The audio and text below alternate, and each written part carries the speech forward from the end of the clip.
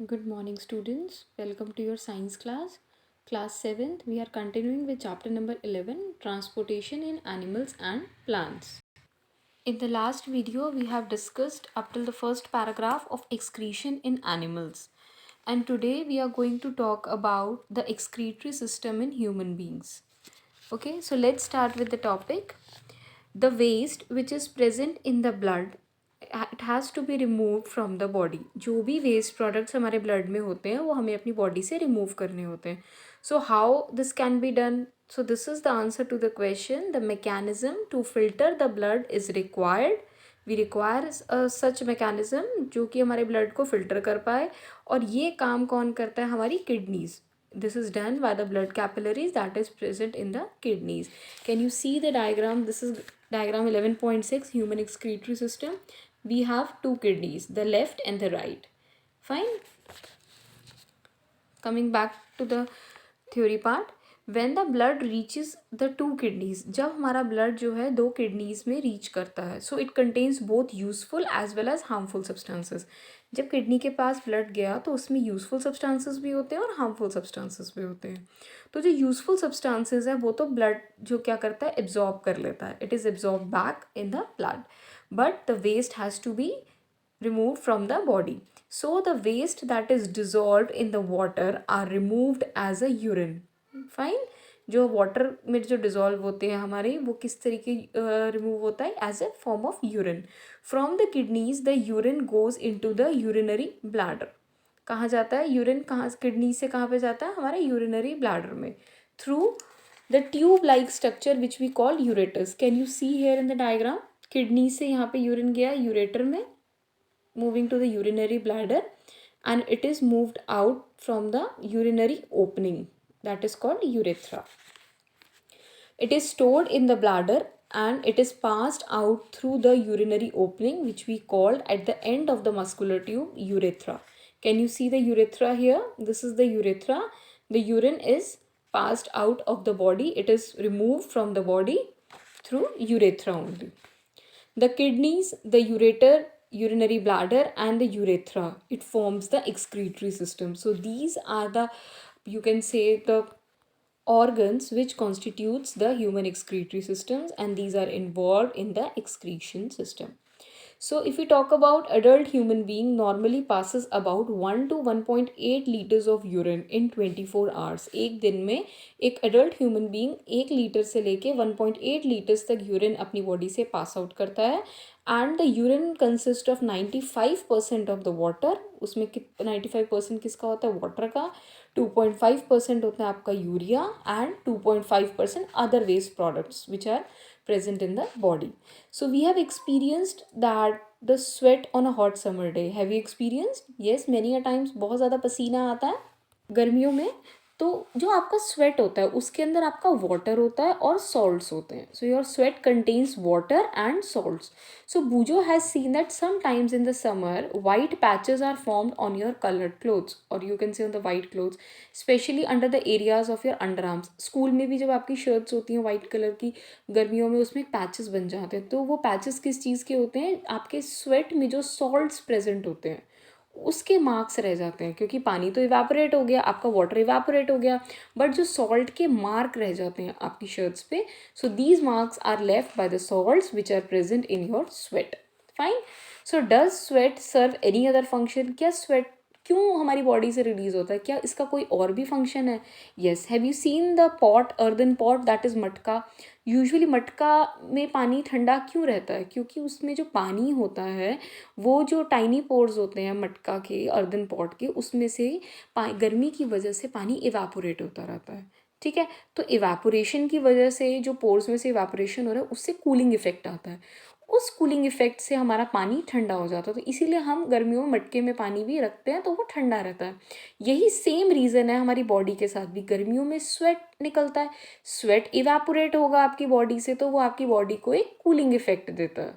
So this is the same logic which we have seen in earthen pot, that is matka, that also applies on your body. When your body sweats, it provides a cooling effect to your body. So we can say similarly, when we sweat, it helps us to cool our body. So we are done with the excretory system. The next topic is for today's lecture is transport of substances in plants. Now the transportation is taking place in plants also. Transportation of what? Transportation of water, transportation of minerals. It reaches to the all parts of the body through your roots. Fine and the leaves prepare the food for the plants. आपको पता है leaves prepare करती हैं food plants के लिए by using the water and carbon dioxide by the process you called as photosynthesis.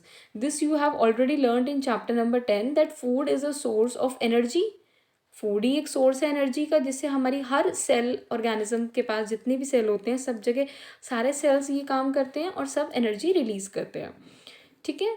So we can say that the organisms get energy by the breakdown of glucose. जब glucose का breakdown होता है तो energy release होती है and that the cells uses that energy to carry out its activities.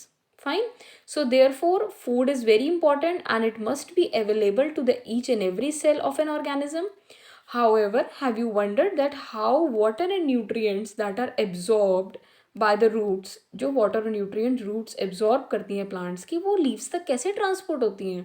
So how the food is prepared by the leaves that is carried to the plants and which can not make food. तो उस case में क्या होता है. तो answer to this question is your transportation of water and minerals which you are going to discuss. So the plants absorb water and minerals by the roots. This is the roots. This is the root hair. Can you see the diagram? This is ये जो upper part है ये आपका root hair है. So the root have root hair. Roots के अपने hairs होते हैं which we call as root hair. The root hair increases the surface area. जो रूट हेयर होते हैं वो क्या हेल्प करते हैं, आपका सरफेस एरिया को इंक्रीज कर देते हैं रूट्स का, so that the absorption of water and minerals which are dissolved in the water can take place.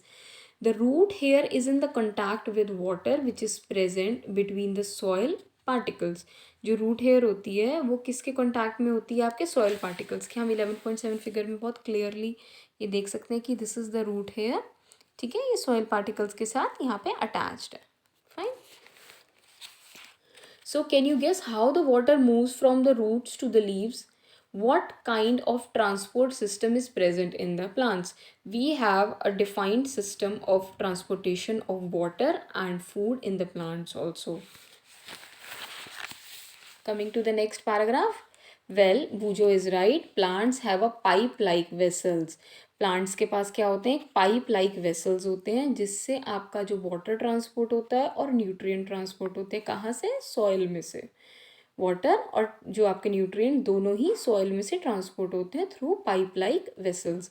The vessels are made of special cells. अब ये जो वेसल्स होते हैं किस तरीके के बने होते हैं, एक स्पेशल सेल्स के बने होते हैं, फॉर्मिंग द वैस्कुलर टिश्यू. उसमें वैस्कुलर टिश्यूज के बने होते हैं.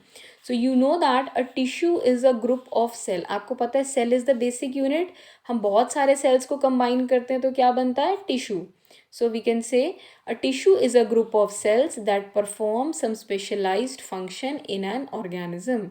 So the vascular tissue is for the transportation of water and nutrients in the plant and it is called as xylem.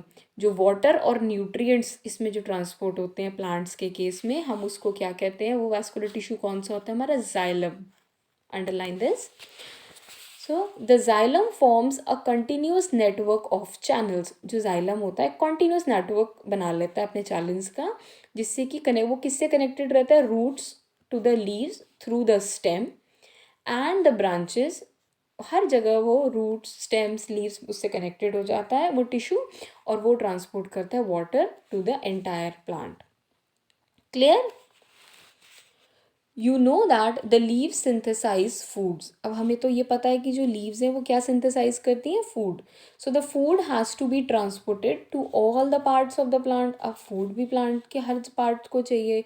So this is done by the another vascular tissue जिसको हम क्या कहते हैं, phloem. Food किससे transport होगा, किस vascular tissue से, phloem. And for the water and nutrients we called it as a xylem. So let's look on the activity 11.3. We have to take a large potato and peel it off. उसको peel कर लेंगे its outer skin and we will cut the one of its end to make a base flat. इस तरीके से, can you see in the figure? See.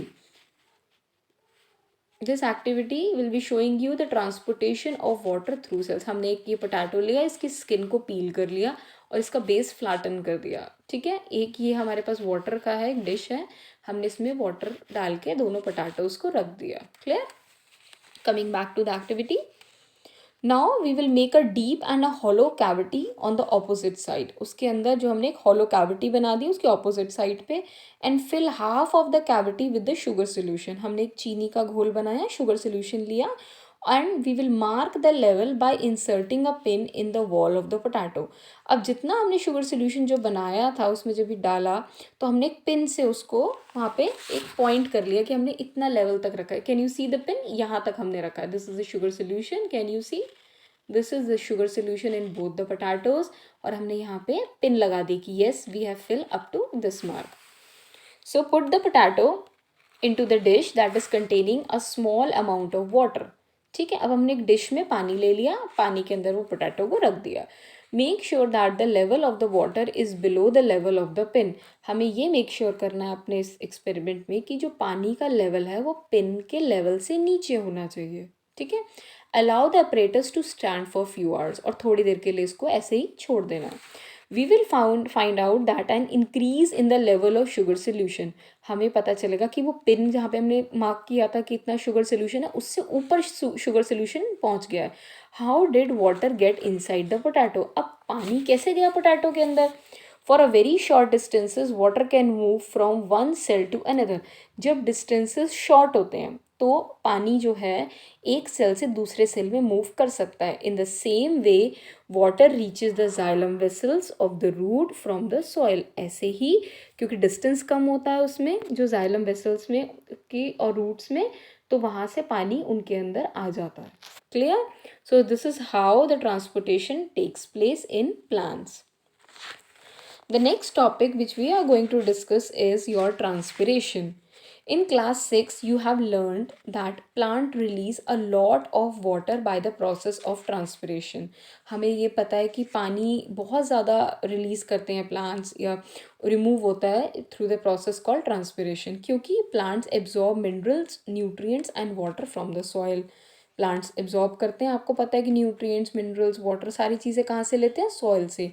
Not all the water absorb is utilize by the plant. जितना हम plant को पानी देते हैं उतना सारा का सारा तो यूटिलाइज नहीं होता। So the water evaporates through the stomata. Stomata are the small openings present on the leaves, you know that. कि अब स्टोमेटा के थ्रू जो इवेपोरेशन होती है पानी की, that is present on the surface of leaves. वो जो प्रोसेस होता है उसको क्या कहते हैं हम? ट्रांसपिरेशन। जो भी इवेपोरेशन का प्रोसेस होता है लीव्स में से वाटर का, किससे होता है? Through the process of transpiration. So we can say the evaporation of water from the leaves generates a suction pull. एक पुल की तरह काम करती है, मतलब पानी को खींचती है। In the same way that you produce when you सक वाटर थ्रू योर स्ट्रॉ। जैसे कि अगर हम स्ट्रॉ लें ग्लास में और स्ट्रॉ से हम पुल करते हैं, एक सक्शन पुल होता है जिससे कि स्ट्रॉ से हम कोई भी कोल्ड ड्रिंक या वाटर, कोई भी लिक्विड चीज़ हम पी सकते हैं। तो वही सेम टाइप का सक्शन पुल हमारे प्लांट्स में भी होता है, ठीक है। Which can pull water to the great height. जो कि प्लांट्स में, अगर प्लांट्स बड़े बड़े हैं, वो सक्शन पुल की हेल्प से पानी जो है ऊपर तक पहुंच जाता है, ट्रीज के अपर एंड तक भी, जो सबसे ऊंची ऊंची हाइट्स के ट्रीज होते हैं, in the tall trees. So transpiration also cools the plant. अब ट्रांसपिरेशन का एक और रीज़न भी होता है कि ये प्लांट्स को कूल रखता है। So transpiration is very important in plants because it adds to the suction pull so that the water and the nutrients and the minerals can reach to the tallest part of the plant, मतलब उसकी tip तक, चाहे वो plant कितना ही लंबा हो, root से लेके पूरा हेड तक सारी चीज़ें, सारे न्यूट्रिएंट्स बाकी प्लांट्स को भी अवेलेबल हों। Fine.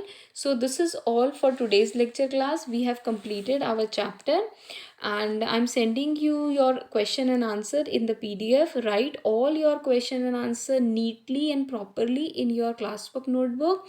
Draw the diagrams which are given and marked in your PDF file. Fine.